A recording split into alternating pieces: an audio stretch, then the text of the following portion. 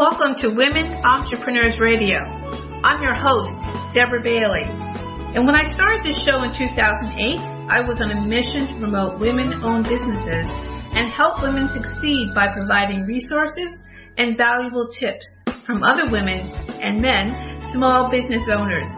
In each interview, my guests speak openly about their triumphs, the scary times, and tough decisions they had to make along the way. Women Entrepreneurs Radio is about showing women how to harness their natural strengths to achieve success on their own terms.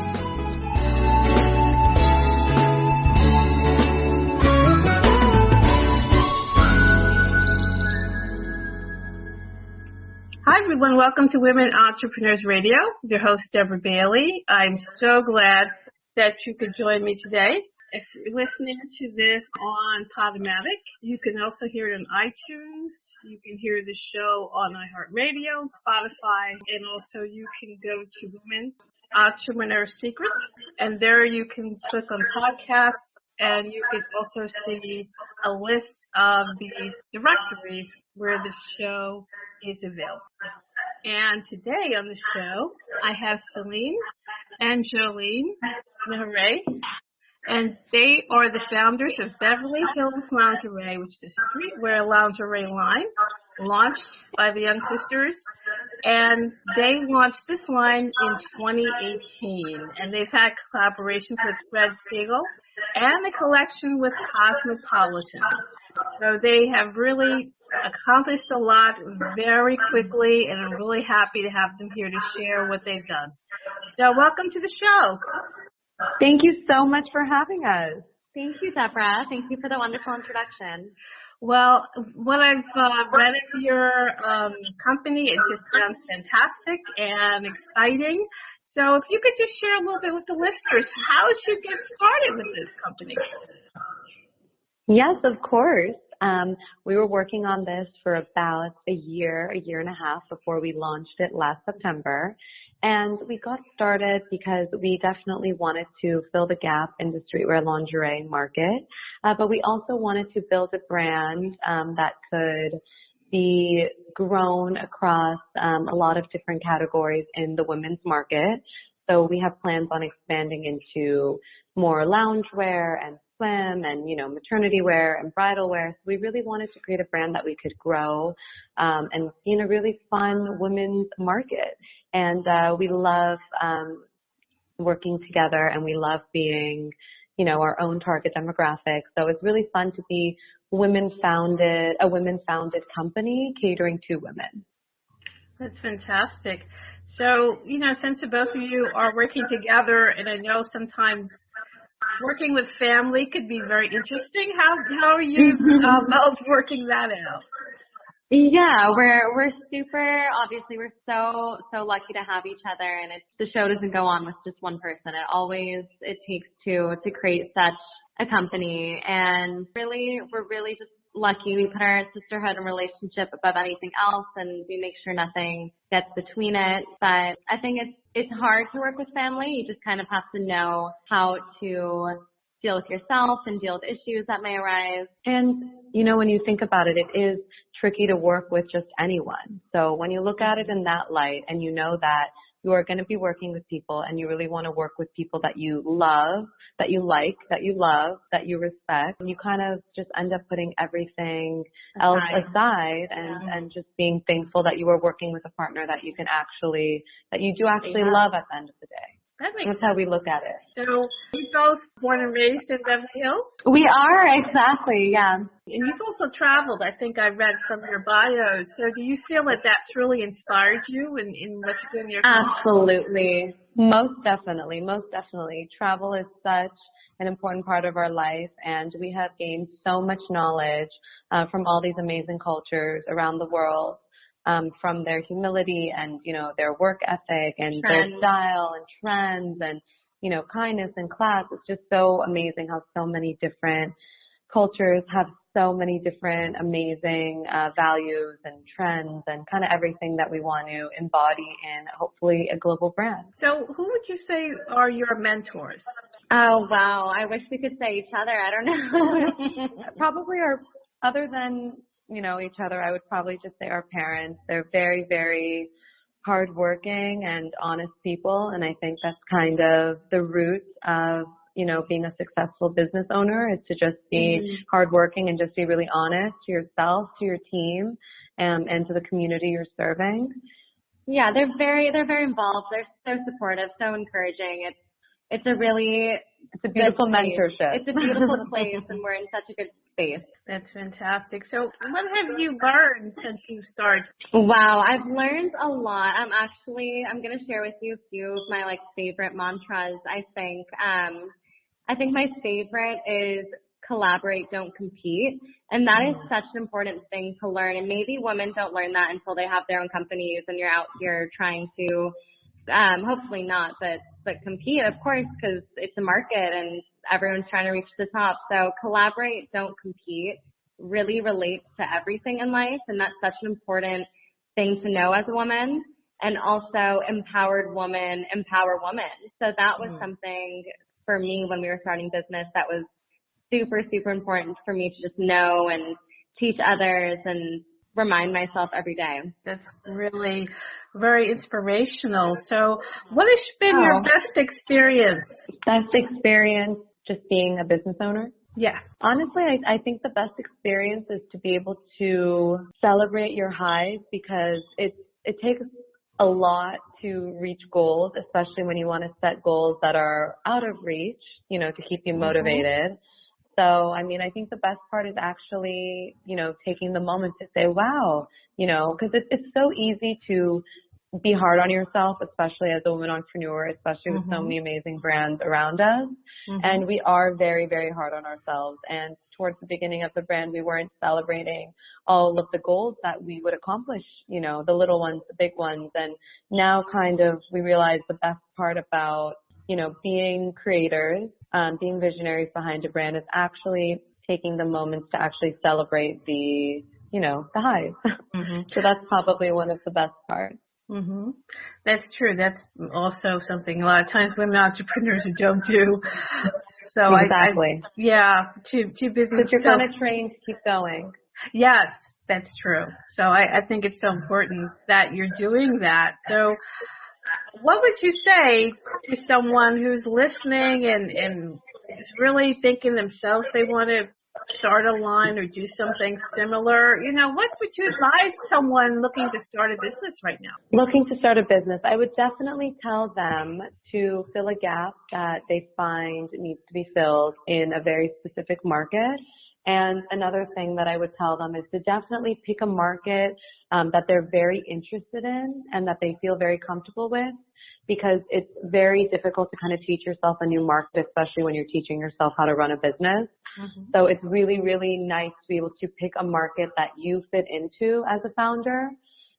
So if you are a woman, and you have, certain hobbies or certain interests or certain talents, I would definitely try to cater, the creation of your brand towards a market that you are super, super familiar with. So that's kind of that's definitely the main advice that we would give. So in seeing how you're both very young, do you encounter people who really have trouble taking you seriously?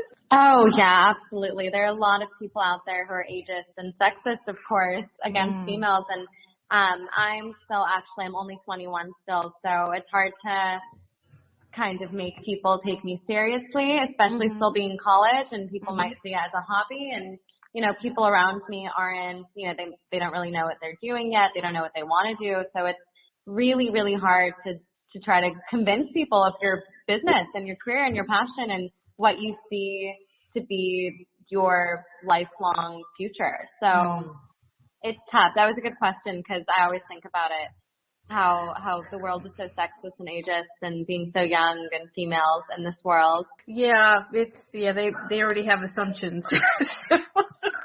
Of course. What they think you can do, and they just don't see it yet. Oh, of course.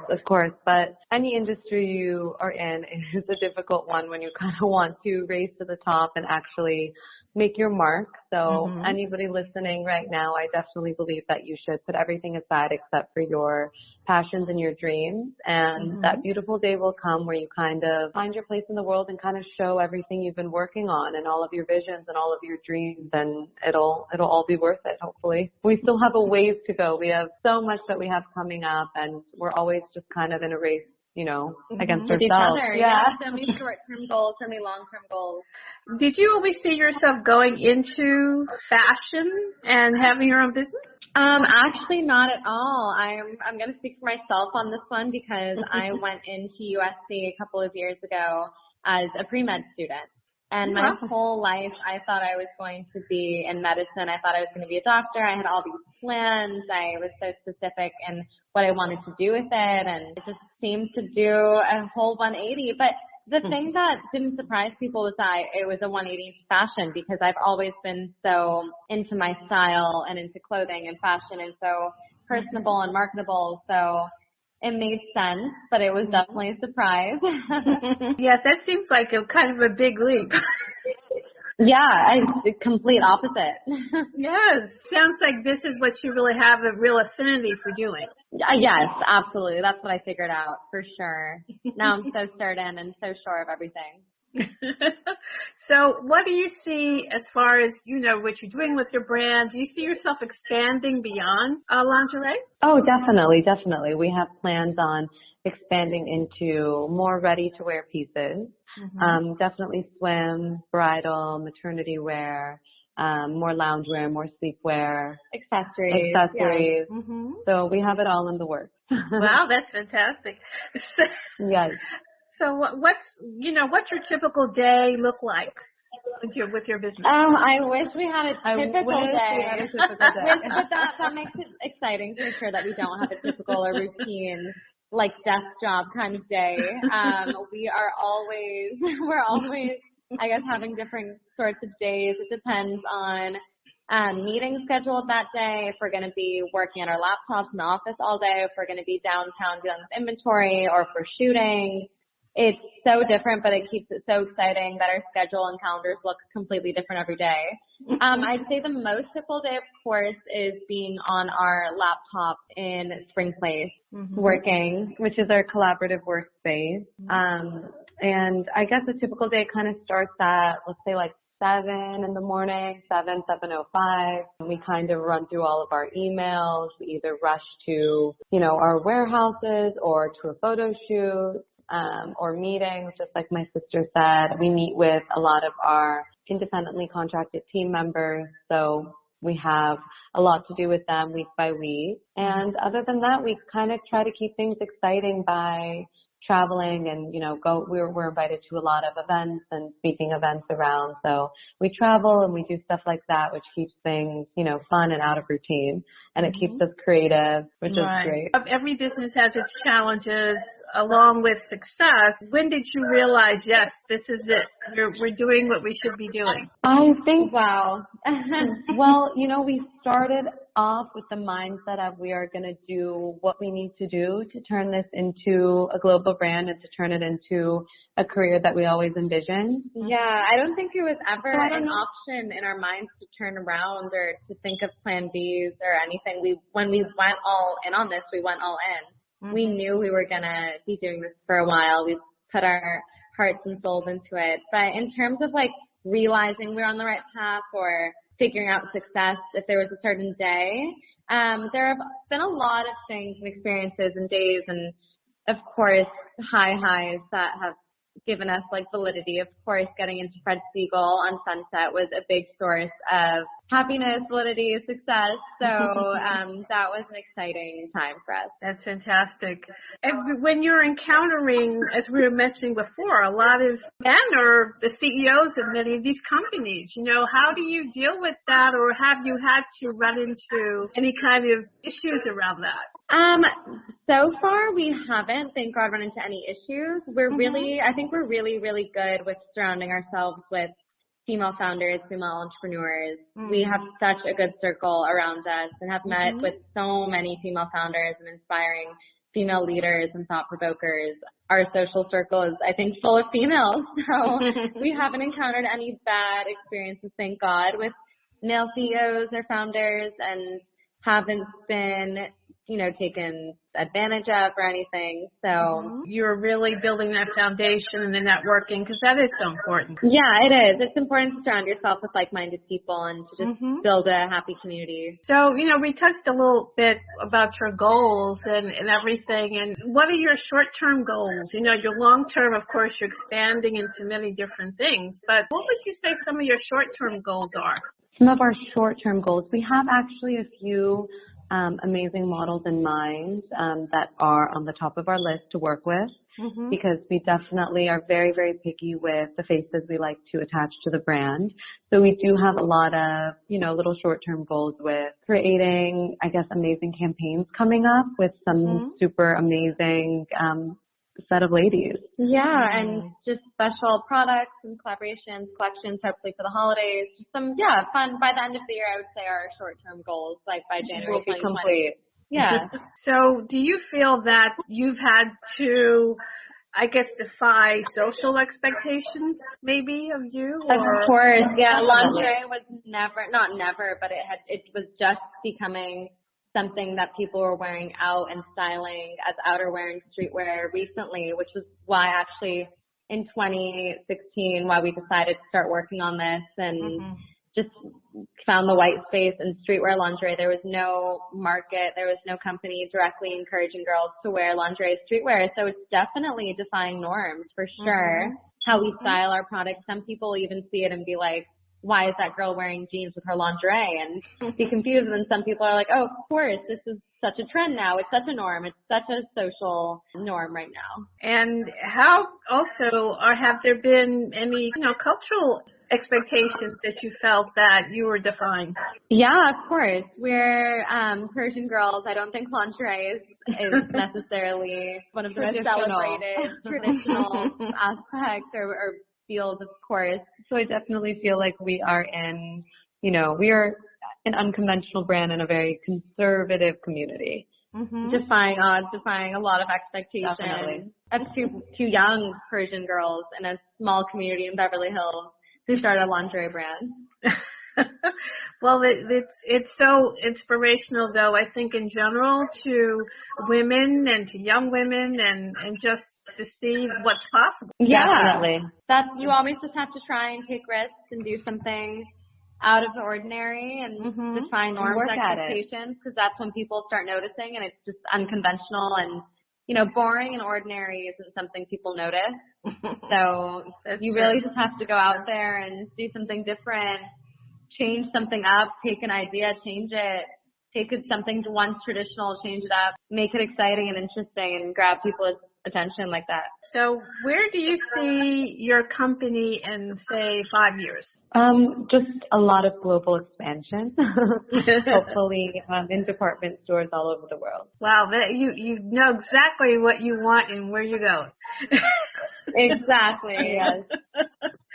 And that's what you have to do. That's the way it has to be, really. So that's really great to know that, because so many people may start a business and really not even have that clarity. Exactly. So how do you balance business, a social life, family life? How do you put all that together? It's tough. I think we're always trying to figure out the balance. I think every day there's something different we're balancing.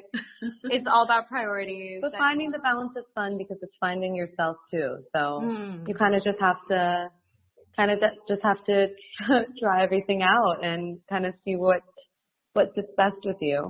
But it's definitely a struggle to be able to balance everything and put your whole heart into everything when there are only 24 hours in the day. And try to get some sleep in those 24 hours while doing all of this. Because a lot of our business relies on networking, going out there, and we're the face of our brand. We try to definitely be behind the brands, the narrative, and the stories. So, interesting question. Right. So, a lot of people hear about Beverly Hills and they have this idea of what it's about. And would you say that how we see it in the movies and shows, that this really is the Beverly Hills that you're in? Oh, I think it's different for everyone. It's definitely dependable on your dependent on your lifestyle.